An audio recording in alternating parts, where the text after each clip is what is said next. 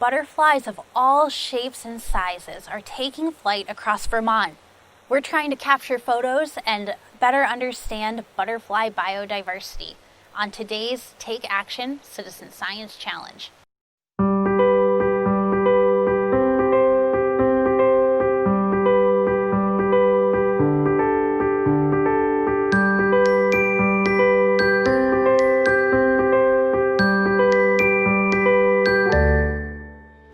Hi everyone, I'm Kaylee from Echo Leahy Center for Lake Champlain, and on today's Take Action Citizen Science Challenge, we are exploring butterfly biodiversity.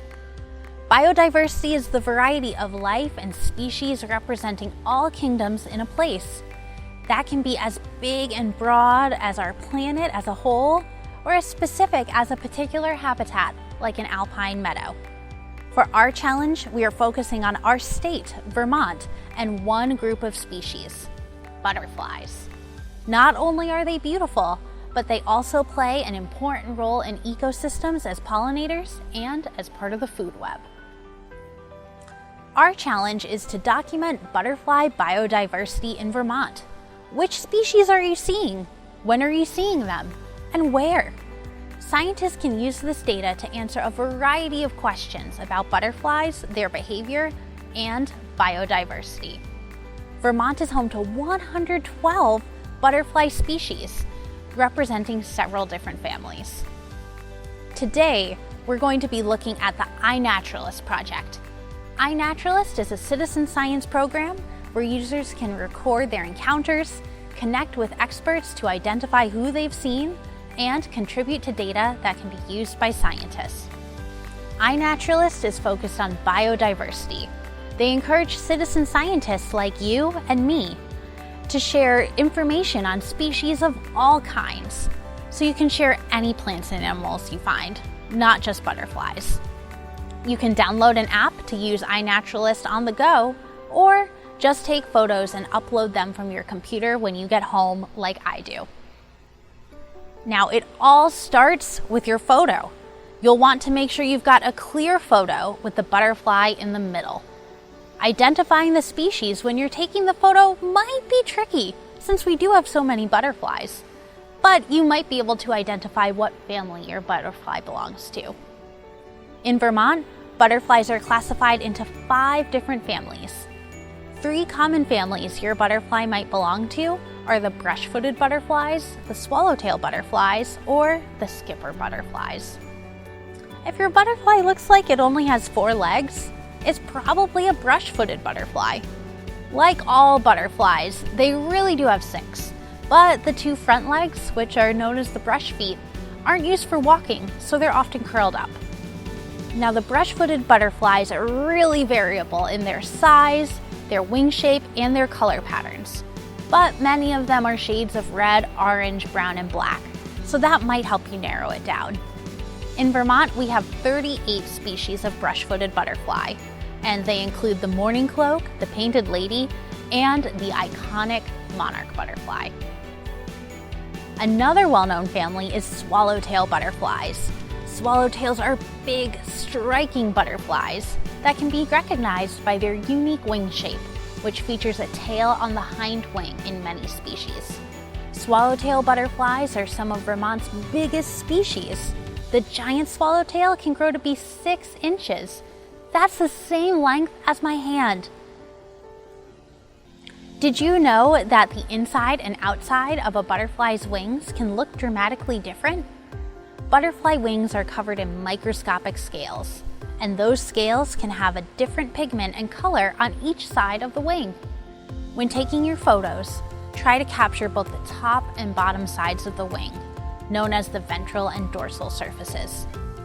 Here in Vermont, we have both eastern tiger swallowtails and Canadian tiger swallowtails, which can be hard to tell apart unless you have images of both sides of the wings, so that can be key in identification. Very different in shape and size from the swallowtail butterflies is our 3rd family, the skipper butterflies. Skippers are much smaller with stout bodies. They have short antennae and large eyes, making them distinct. There's a lot of skippers in Vermont, 38 species. Once you have your photos, it's time to get uploading. When you upload the photo, the iNaturalist site or app will analyze it and attempt to identify the genus. It then provides you with a number of photos of different species it thinks your butterfly might be. When I'm trying to figure out which species it is, the first thing I like to look at is the wings. The patterns and colors are one of the best identifiers, but wing shape can also be helpful.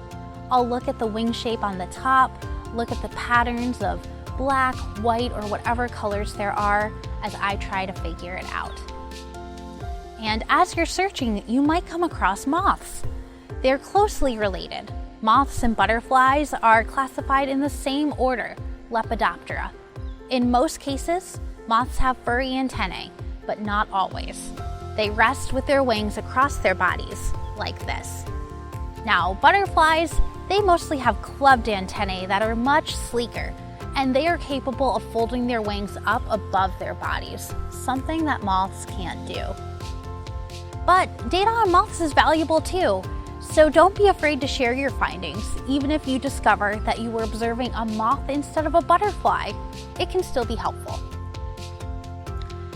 Now, if I've narrowed it down but I still haven't figured out exactly the species, another thing to check is the butterfly's range. Clicking on any of the species suggestions will bring up more information, including other reported sightings. If they're all far from where you found your butterfly, it's probably not that species. So check some of the other similar looking species to see if they're found more locally. Those are probably a better bet. iNaturalist's automatic identification system is really cool, and you should definitely try it out. That's why this week we are challenging you to try and upload a photo of a butterfly. Now, getting photos of butterflies can be quite difficult, so we have some suggestions. Butterflies flying around might catch your attention, but they might not be the easiest to photograph. Instead, start by looking around flowers or sunny vegetation for butterflies that may have landed. Butterflies can be well camouflaged, so try standing still for a few moments, just observing. Maybe you'll catch a glimpse of red or orange that will let you know there's a butterfly hidden nearby. If photographing a butterfly proves to be too difficult at first, don't worry. If it's natural, iNaturalist wants a photo. That means everything from plants to insects to frogs to fungi. We hope you've enjoyed our Take Action challenges this spring and have found a few new ones to participate in. While this may be the final episode for this season, there's no season for citizen science. This summer, we'll be reporting on other things iNaturalist is interested in collecting, further expanding this challenge. So make sure you're following us on Facebook for new updates and new iNaturalist challenges. We'll also continue to have updates on a number of other challenges, including birds, amphibians, and pollution. Oh, and don't forget about our cloud challenge. We're trying to get 1,000 photos, and we're really going to need all of your help to reach that goal. We'll also have updates from Noella on her raspberries and phenophases of plants. There are so many projects that need your help. So, take up a challenge, get out there, and take action.